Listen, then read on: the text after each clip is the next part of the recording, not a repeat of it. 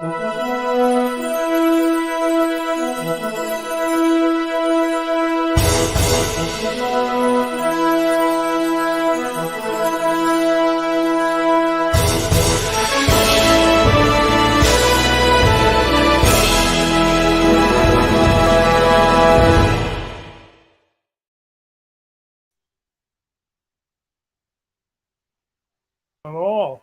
We're happy to be back with you tonight as we know that the mission is possible. And we're going to just, spend some time tonight talking with Bishop DeConte Panton, all the way from Liberia. I'm going to open up the floor in a minute for him just to introduce himself a little bit and tell us what's going on mission wise, that is going on in his life. So, Bishop Panton, go ahead. Thank you very much, Bishop Link. It's good to see you here again.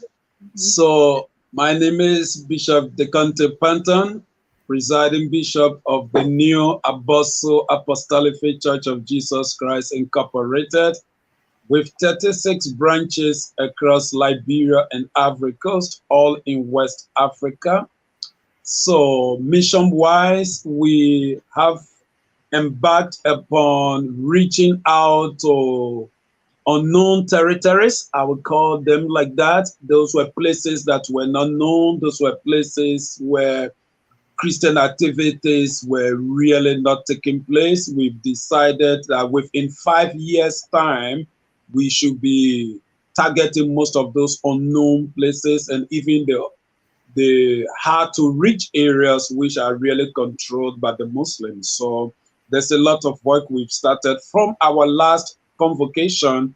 We've decided that within 5 years' time, we should be able to plant churches in most of these difficult areas. So yeah, educational wise, we've planted like 2 schools already, and they are doing very well, all within the Monrovia area. One is a primary school, the other one is a high school.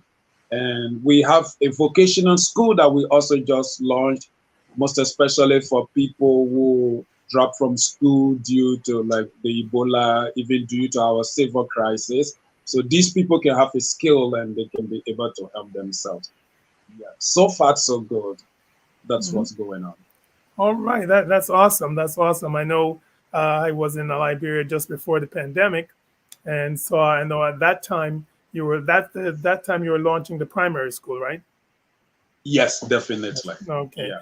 And and what kind of support? I know missions take a lot of support. What kind of support do you guys get from outside, or do you do all of the support from inside? Yeah, so we have 2 supports coming in, one from within, the other from outside. So yes, Karen that you met at the convocation when you were here in Liberia, who runs A Child's Life, she's given like 70% of the support to run the school, which is of a great help. The other 30% comes from parents and other individuals from within Liberia. So we infrastructural support from A Child's Life run by Karen. Most of the structures are being supported, financed by A Child's Life. Also, 70% of the teacher's salary is also being sponsored by A Child's Life.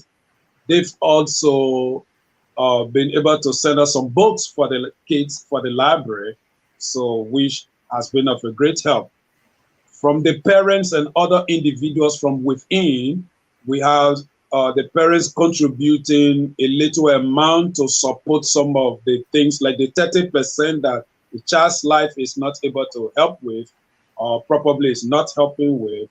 Parents are contributing towards that, which also has to do with the stipend for few of the teachers, getting some of the children fed, and of course, getting some school materials like stationaries. So that's how we get the 100% to run the school.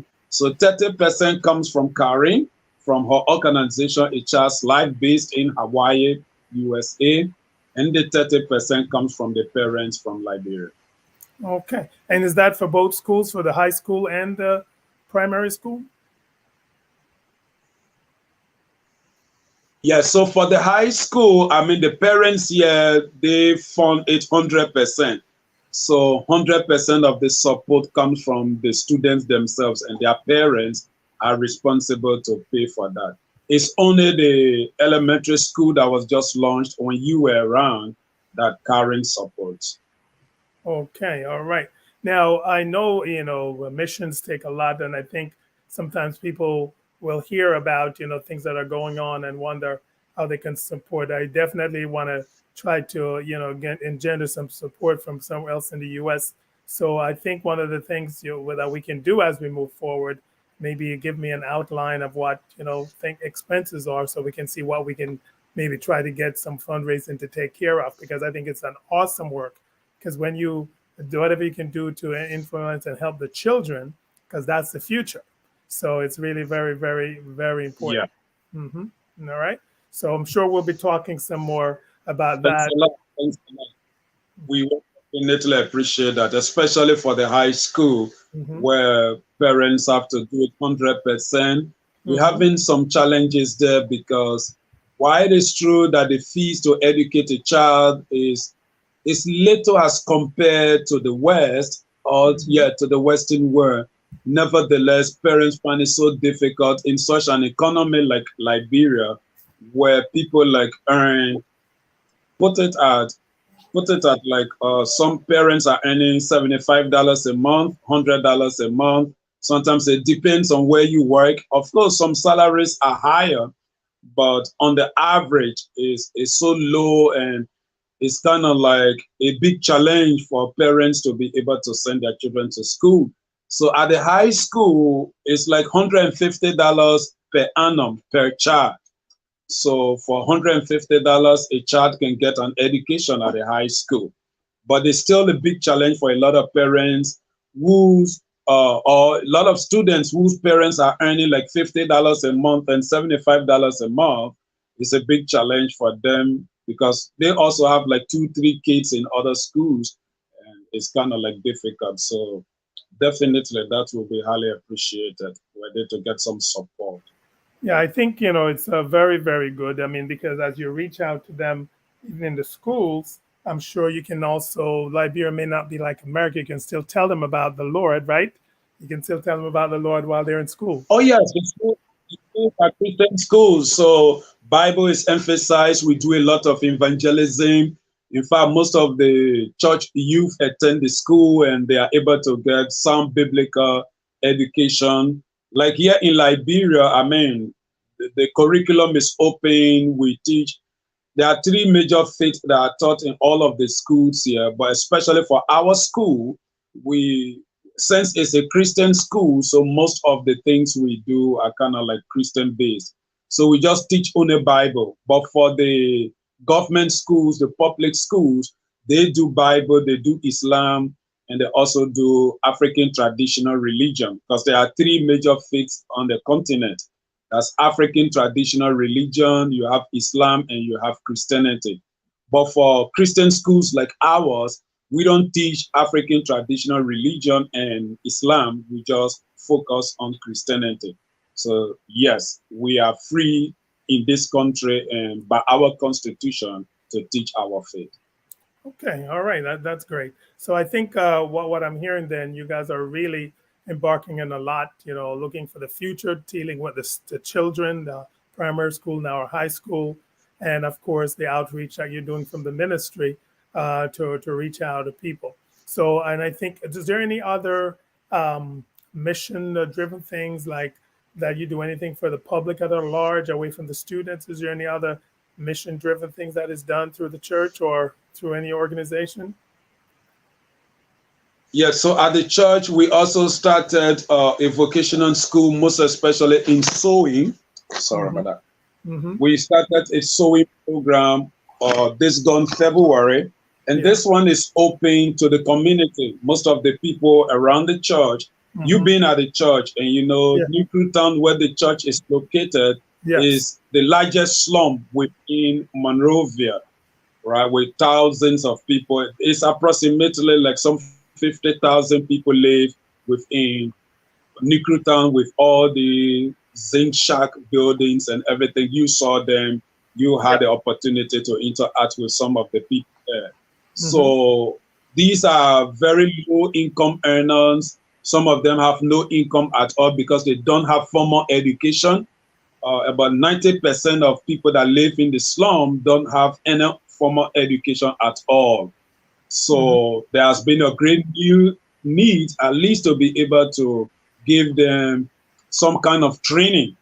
And since, in fact, the women are in majority when it comes to the population of Newtown, a lot of them thought that sewing would be one of the best things to do, because while it is true that they don't have much income and they don't have like a paid job, but sewing makes a lot of money. A lot of people like to look nice, especially on some special days. So they thought that having a sewing skill will help them to even sew school uniforms and sew other things that are in demand. And from that, they will be able to make an income. So last February, we started a vocational school, at least with 5 machines so far. While it is true that there is so much demand, but we just started from, that's something like personally I started with. And since, in fact, we don't have much income to buy more sewing machines, and you were there when Edom Moss was also there from New York, we had about like bought 2 machines at the time, and we started with the 2 sewing machines.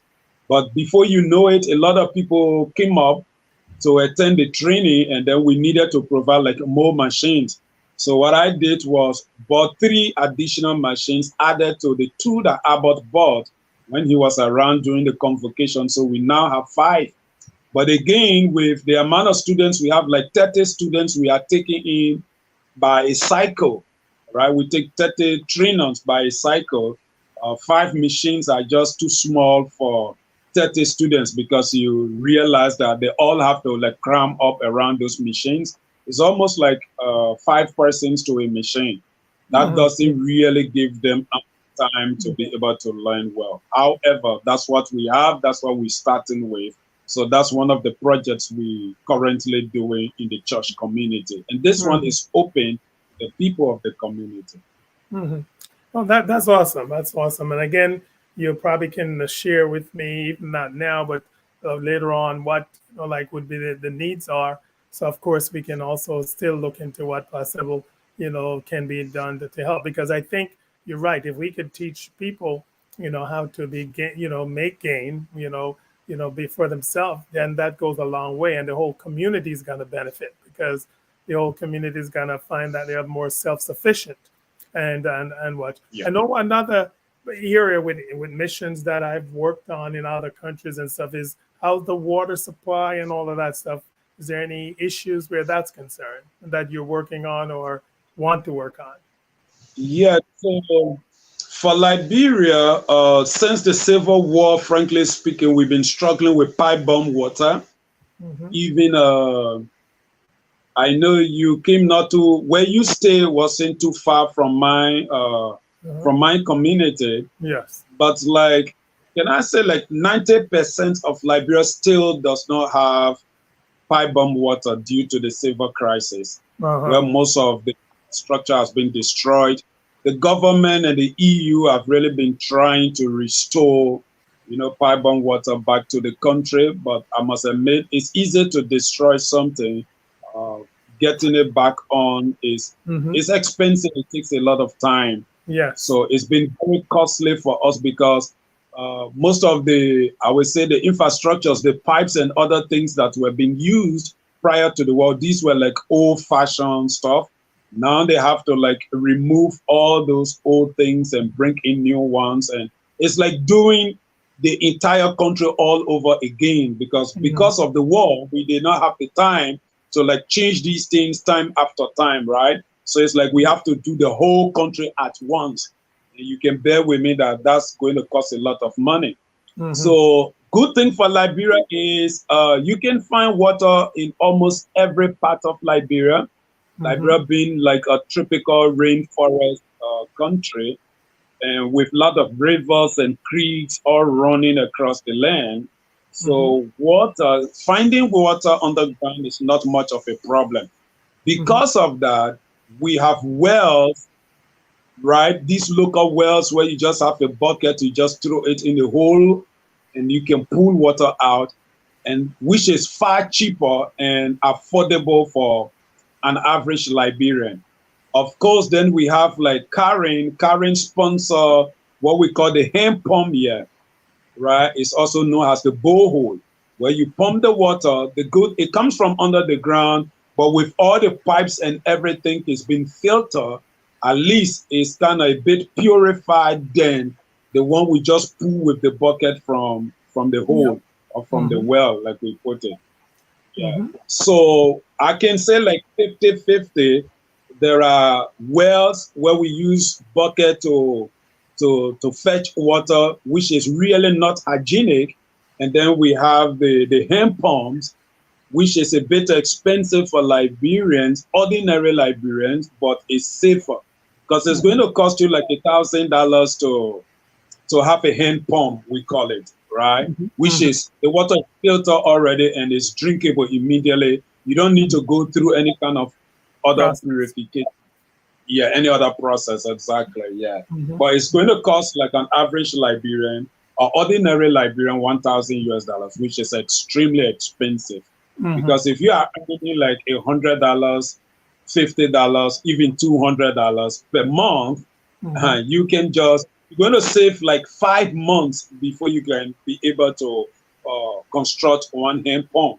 And in 5 months' time, what would the family survive on, you know? Now, for the rest of the rural country, it's a shame that people still go down to the creek and they are able to fetch water from the creek. You know, they just go upstream and they are able to fetch water from upstream for drinking. And the ones downstream is used for washing, bathing, and other things. So people still get water by that means in rural Liberia. All right. So there's still a lot of needs, you know, where that's concerned. Do they have a lot of community like pumps then? Like each community have a pump, or people have to get that for them? Yeah. So when the EU was here, they introduced that, right? Now, unfortunately, I would say for these communities, when these hand pumps, which are far above the reach of the people, when they like spoiled or they have a breakdown, the ordinary people are not able to repair them, right? The first thing is that their spare parts are only found in Monrovia, which is the capital, right? So people have to travel from wherever the hand pumps spoil. You have to come back to Monrovia. You have to buy these spare parts that are imported, mostly sold by the Asians, like the Indians, the Lebanese, the Pakistanis, you know, they sell these things here in this country. So again, at the end of the day, people just go back to the wells, because with the wells, all they need to do when it dries up or when the water level drops, they just need to dig it again, you know, take out more clay and allow it to settle down and just put in their buckets and fetch water. So for that, they are able to manage it, unlike the hand pumps where they have to come and get spare parts, and it's a bit expensive too for them. So that could be sorry. No problem. All right. So in your opinion then, you know, away from schools, water, what are the mission areas are you thinking that needs to be done? Are there mission needs that are there in Liberia? Yeah, so the key things are just like we said, education is one, at least primary education. Yeah, at least primary education is one, especially for most of us who work in the rural areas, right? If you get to the rural areas, there are a lot of needs. So at least there are some people, there are no schools in the community. They've never had formal education. There are some families, in fact, no one from the family has been ever educated. No formal education. They're all still right in that village, and that's it. So for us, the needs we see, at least primary education. We are looking at the healthcare sector, which is of a dying need in this country. And you will not believe it. Sometimes there are 10,000. If you look at the stats of our country, there are 10,000 people to one doctor. Mm. So you can just imagine that we are living dead. We are Yeah. living dead. Right? Mm-hmm. 10,000 people to a doctor.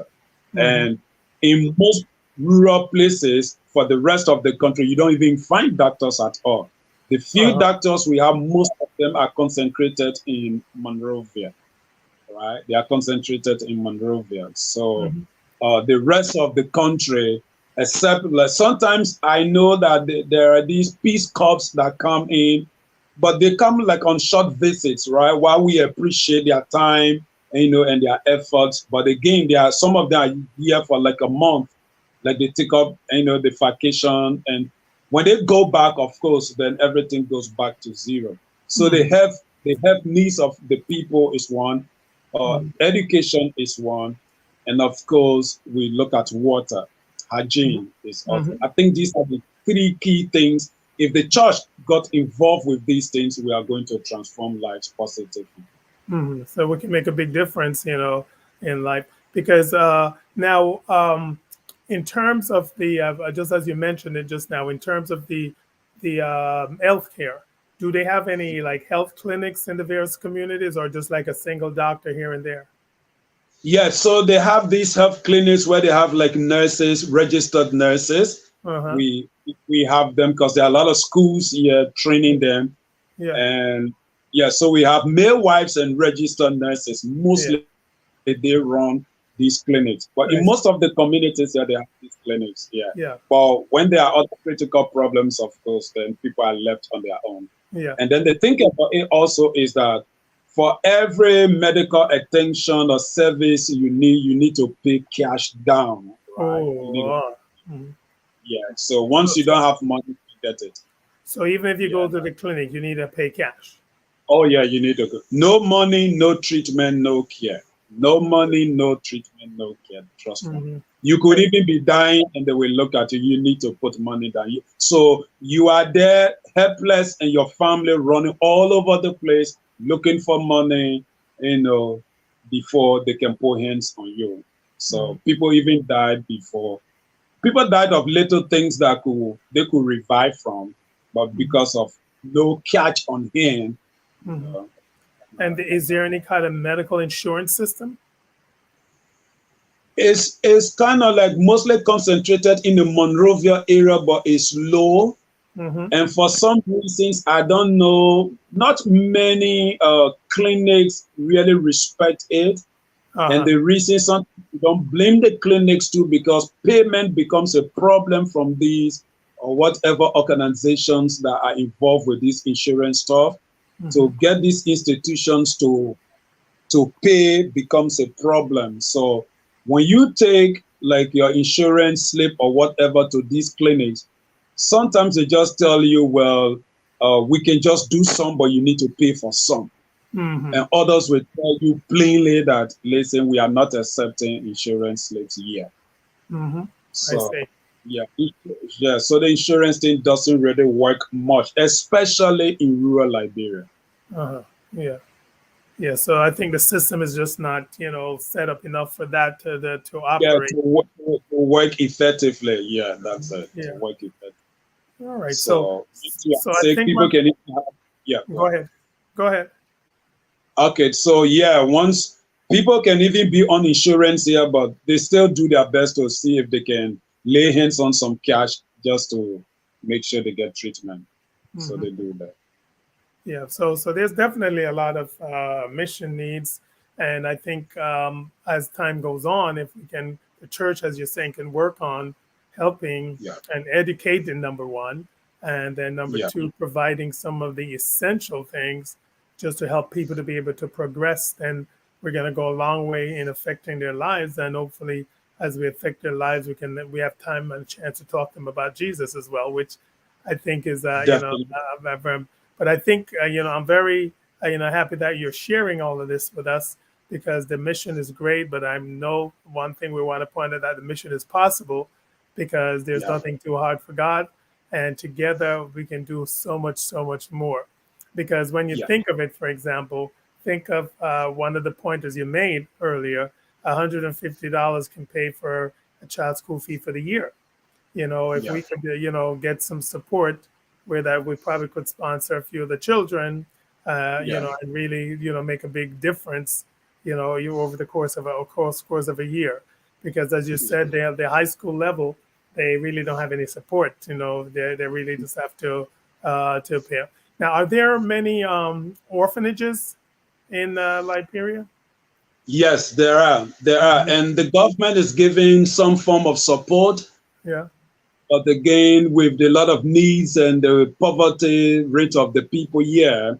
so there's still a lot of needs to be done. But there are a lot of orphanages here in and out of the city. So, Yes. like I was talking about, with the needs we have, what we also try to do here as a church is also to identify opportunities, right? So Hmm. that we don't Yes. just wait for like help, and like we are not sustainable. We're not making things sustainable because there is something called donor fatigue, right? People are going to get tired giving at some point. Then the next question is, then what happens, right? Hmm. So, agriculture is one of the sustainable projects that we can really involve ourselves with, Hmm. because we have a very good soil. Liberia has one of the richest soil on the continent. And even in West Africa, we have the largest rainforest untapped. Liberia still has the largest rainforest untapped. So agriculture can give us a lot of income to be able to help the very churches we're talking about, and even some of these pastors. So, and most of our work is involved in the rural areas. And in these areas, actually, land is not an issue. A lot of the community are always willing to give church a land, especially farmland also. So we are thinking of empowering our pastors who are also farming, because most of these pastors they live on farming because of where they are located. Are you hearing me? Yes. Yes. I'm listening. Yeah. Go Okay, ahead. sorry about Yeah. that. Yeah. So most of these pastors, they are farmers because Yeah. they live in rural areas. They are farmers, and like I said, water run through across the entire country. They are farmers, they are fishermen. Hmm. So we are thinking of first providing like an upgrade training for them in agriculture and fishery, if possible. And then the next thing is to provide them with some farming tools, Hmm. right? Hmm. Because the soil is already rich. They don't even need fertilizers for anything, right? Now they Hmm. can go into farming, and then the produce from their farming work, they can also use that to support themselves. Hmm. So that we don't just wait for everything to come from outside. Like we're talking about the schools now, right? If Hmm. we started like a primary school, we can also start a farm, Hmm. right? And the farm produce can be able to feed the children at school, and Hmm. some of it can be sold to even get some school materials. Hmm. So while we're getting some help from outside, maybe to help with some of the major things that we are not able to get on our own, but then we can also get involved with agriculture, which can help us to feed our children, feed ourselves, even feed the pastors themselves that are both pastoring and teaching in these schools, and they can help us to get other things that we need. So Hmm. agriculture is something for me I've always been eyeing. And we could look at other business opportunities, because I'm always the self-sustainability guy, Hmm. right? Let's be Hmm. self-sustained instead of just keep asking for alms all the time, Hmm. right? We ask for alms maybe from the beginning to start up to get ourselves, off the ground. But now let's look at other opportunities that are around us. Because trust me, all these Asians and other people come in our country, they make a lot of money from here. The Hmm. resources are here. The country is rich with the resources. One of the things that keep us poor, or some of the things keeping us poor, is because of bad leadership, corruption, right? These from national government, these are the things that keep the people poor. But if Hmm. the people themselves can get involved in some private sector initiatives, they will be able to take themselves out of poverty, and truly they can see the light of the gospel. develop their lives, believe in Jesus Christ, and at least have a meal on the table for themselves. So these are things I'm actually thinking about also. And our church is actually involved with these things. Oh, awesome, awesome. I think that's actually a very, very great point you make, because if we can teach people, how to fish, right? And so they Yeah, can develop sustainability, then they can turn around and help others, which is, sure. really, really what. So I think you hit a good point on the head there is, yes, you may need some initial upstart, but I think it's to keep working on those projects that are going to Yeah, be able to sustain themselves. So, and I think it's the same thing I've been talking to a few people in Jamaica about is more people need to get back into farming. I just had this conversation with someone because, like, again, the country is the soil is rich, yeah. the thing is there, and a matter of fact, I think we can go a lot way. So I think that's something, as I said, as we work on some initiatives, for mission initiatives, I think that has to be right up there, in helping people to be self-sufficient. So it's really, really, really a great point that you make. And I think, as a whole, as we, collaborate, I think we always have to be thinking in that way, not just, all right, am I giving you a dollar today, but Yeah, I know. am I helping you to be able to make a dollar tomorrow? Yeah, And I yeah. think it's, and I think that's part of that where why the mission will be possible if we can really get people, focus on not just I need to eat something right now, but yes, Just receiving handouts, empower the people, yeah, right? Empower exactly. them to be able to sustain themselves, because when they look around themselves in their different communities, there are lots of opportunities. All Hmm. they need is what? Empowerment, enlightenment. Like I Hmm. said, this country is filled a lot of rivers Hmm. along with the Atlantic Ocean. It's just there for us. And you Hmm. get the foreigners, they come in like the Chinese, the Hmm. Japanese, some of these Europeans, they are on our ocean. They Yeah. take a lot of fish from this place and sell it back to us so expensive. It's here. It's here for us. We can Yeah. make use of it. This is our Yeah. country, Yeah. right? You have the how you call them? Now you have the Firestone Rubber Plantation Company that has been in this country since 1926, Hmm. right? Firestone makes a lot of money from this country.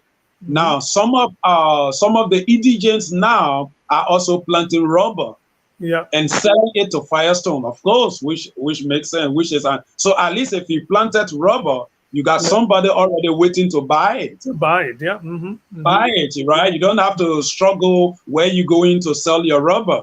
If Yeah. you planted the oil palm, now we have a Malaysian company here Yeah. that is also involved with the oil palm. And Hmm. like I said, these things just grow within 3 months, 6 months in time, and people start to harvest. And the church, we have a lot of land, especially the communities and the towns in which all of our churches are planted. Yeah. There's so much land given to the church. Yeah. Almost everywhere we have our church in rural Liberia, we have not less than 50 acres of land. Think about Wow. that. Hmm. Oh, yeah, the church is always giving land. Every time we go to plant a church in your community, the first thing the people are happy for the light of the gospel. Yeah. And then when we tell them of our plans, right? Like, Hmm. okay, we have the plans to start a primary school to educate the children, Yeah. and hopefully we might start like a pilot clinic. They are Yeah. happy. They Yeah. just give us land. And this land is for you to let the gospel go. So with Hmm. all the land that we have sitting down here, we can do agriculture on this land, and we can be able, it's going to give people jobs, it's Yes. going to give people income, it's going to keep people busy, it's going to spread the gospel faster. Hmm. So I just like this sustainability thing, Hmm. empower us, to be able to help ourselves. Hmm. Initially, yes, we may not have to start up. Come and help us to start, empower us, and just and watch us grow. Hmm. Watch us grow. Yeah, that's Yeah, that's that's awesome, and I think that's what's going to make the mission possible is really empowerment, and I think that's a empower. major term. Yeah, it's That's the really key word, important. empowerment.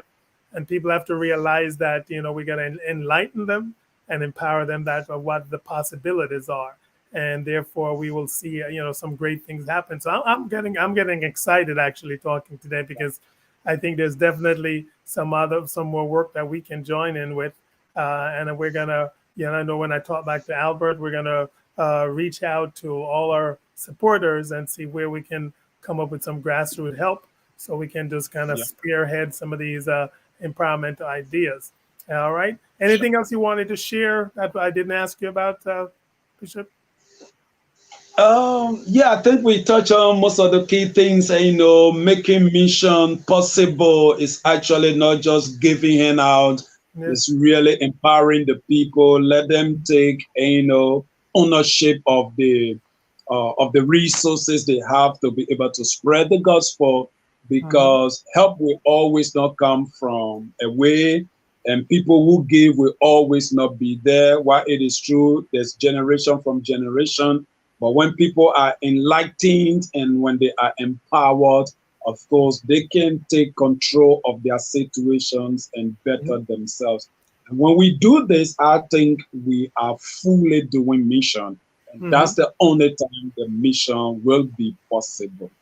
For the Amen. mission to be possible, the people must take control. The local people must take control. They must be involved. They must understand, through enlightenment and education. And when they get that, they themselves can improve and empower themselves. Yep. And of course, they can go on and help others because we want this to They keep can help. growing, Help. keep growing and Yes, rolling. You know. yes. Yep. So So then we can multiply, right? Yeah, yes. it Yeah. becomes something like training of trainers. Yes. Amen. Amen. Yeah. All right. This is very awesome, and I really appreciate you taking the time and sharing with us about missions there in Liberia and of course and West Africa, because I know you're not just Liberia but Ivory Coast and West Africa itself.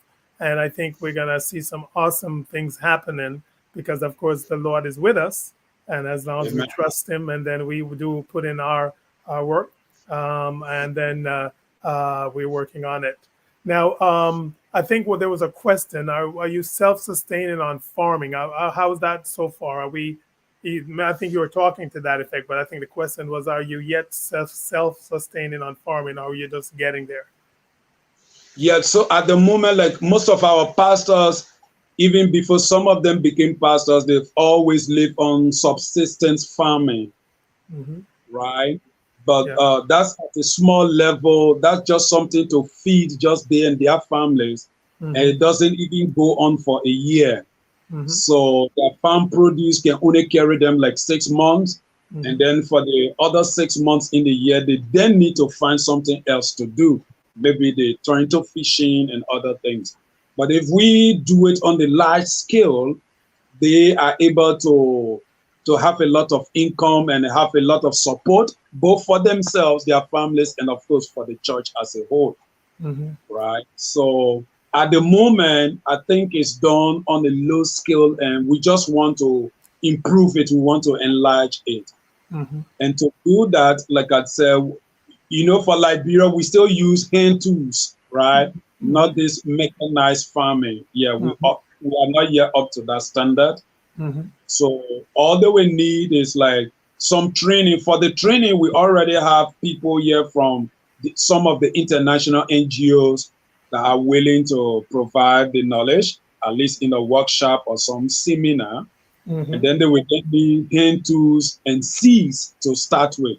So once they have some hand tools and seeds, of course, like I said, the land is there. So depending on how much seeds they have, they can just grow the whole land. Hmm. They can grow the whole land. So all they need is the startup. So if they have the seeds and the hand tools from the first year, the seeds then will multiply because they're going to have a good harvest. And Hmm. the next farming season, they're going to have more seeds from whatever they harvested from. Hmm. So you don't need to keep sending seeds every other year, Hmm. right? So this just need to be done just once, and Hmm. then it can then multiply into the future. Hmm. All right. All It's right. done, So. but at a very small scale, and it's still even with some of the hand tools, like we use cutlasses, like rake, like rain boots. Those are the kind of things they need to be Mhm. able to farm the land. Yeah. Mhm. All right. So your projection then and your hope and the mission that we're working on then would be able to get these farmers up and going at a little bit broader level, a little higher scale, so that then Yeah. they can become self sufficient, And so they're Yeah. gonna, get the seeds from this year's crop to go on to the next one, and then they will have the tools already. So, and then probably down the road, we can talk about, whatever mechanized tools may then be possible as you Yeah. grow with time. So I think that's Yeah. kind of what I'm Right hearing. now, as we speak, Mhm. okay. Yeah, sorry. Go ahead. Yeah, because right now, as we speak, like I talk about the cash crops, right? Yeah. The Mhm. cash crops are crops that can easily take you there, Yeah. Like we talk about the rubber, we talk about the oil palm, we talk about cocoa, we talk about coffee. Yes. Mhm. And we have companies in this country that are just already involved with those cash crops and Mhm. buying from the small farmers, Yes. Mhm. right? Mhm. They are also buying from the small farmers. So Mhm. these are things we also want to get involved with, especially Mhm. with these cash crops, Mhm. right? Because they're Yeah. going to provide income and it's going Yes. to help the church and the pastors themselves because Yeah. there are buyers already waiting. Yeah. So you basically the infrastructure in terms of the buying is already in place. We just need to get the crops going. Hmm. Yep. Yep. Yeah, so we Yeah. just need to start up, like a seed, startup seed, Hmm. right? Maybe get the cocoa seeds, get the coffee seeds, Hmm. get what we call the sign of the oil palm, the Hmm. sign of the rubber. So these are things that you buy and Hmm. then you clear the land and you plant them. And Hmm. immediately once you start to plant them, these companies they come in because they are cooperatives, right? Yeah. So Yeah. you join the cooperative Hmm. and by harvest time they just come and then they buy from you. Yeah. And when they start to buy from you, the good thing about it is that they also then start to give you some support Yeah. because they are buying from you. They don't want you to sell to anybody. Hmm. So they help you to also improve your farm. Hmm. But you won't go to them from the beginning and say, I want to start. No, No. you need to start. Yeah, Hmm. you need to start and they see you starting and then they come in to give you some support. Yep. I was going to ask you about coffee, but you brought it up because I know even for Jamaica, that's one thing that is coming back strong is coffee because the market Yeah. is definitely there for that. Yeah. Hmm. Yep. Do you Yeah. guys So cocoa export? and coffee. Do you Yeah, guys go ahead. export any fruits? No, not on the national level. Yeah. Frankly speaking, we have a lot of potential opportunities in this country, but the national government is really not helping Mm-hmm. with most of these things. So most of those fruits and things, they are just eating locally, right? Yeah. And Mm-hmm. sometimes due to lack of farm to market roads, so some of those fruits will even spoil. Yes, I understand. Because those things are organic, right? So they are grown seasonally. Yes. Mm-hmm. Yeah. We don't grow some fruits like throughout the year, where you have to like, Yeah. put fertilizer. No. Yeah. Those things grow naturally according to their Exactly. time and their Exactly. yeah. I'm kind of partial to mangoes, so I know I Yeah. actually go to Jamaica on mango season when I can because Yeah. so I Yeah, know I definitely. understand So about for the us there season. it runs from March, April, latest May. That's the Yes. season for it. Yeah. Yeah, so some things are like seasonal, yeah. But I mean, I think there is always a room to see because as we work on this mission, I think as you were saying, we really have to think about sustainability and having Yeah. people to be able to be sustaining on getting them started, help them, then get them to start then being self-sufficient, which and I think with that is definitely possible. All right, well, I really appreciate you, Bishop DeConti, Yeah. for taking your time and sharing with us. There's definitely a lot of room for various missions that look impossible to become possible as we work Amen. together. And so we're going to definitely Amen. ask our audience to, we'll be reaching out to them to see how we can help. We'll probably adopt a couple projects, as we work together and see where we can really foster self-sufficiency. So I thank you for your time. And I really Thank you. pray the Lord will continue to bless you and to smile Amen. upon you and your people. And I can't wait to Amen. be back in Liberia. Hopefully And by next year I can venture back and see amen. what else we can be involved in. But keep the faith, keep the work going, and know Amen. that God is on your side. So we thank you all for joining us today on the mission is possible, and we want you Amen. to join with us as we embark on the mission all over the world. And we're going to reach out to people all over, hear what they're doing, so that we can help one another. So we thank you for joining us today. Bishop DeConte, again, thank you. Say hello to your wife and everybody there, all my friends, and tell them I can't wait to see them. All right. Have a great rest of the day. All right. If no, it's actually night there already. So yeah. All right. God bless you. God bless you. Yes, we'll give greetings to Albert. He had to work today, so he's not on with us, but we'll join up with him soon. So I would thank our producers for all their help and all their hard work. And we're gonna, go off now, but we thank you all. We thank you, and we pray that you will all be blessed. Remember, the mission is possible, and let us keep that at the forefront of our mind. Blessings to everyone. All right. Bless you, Bishop. Amen. All right.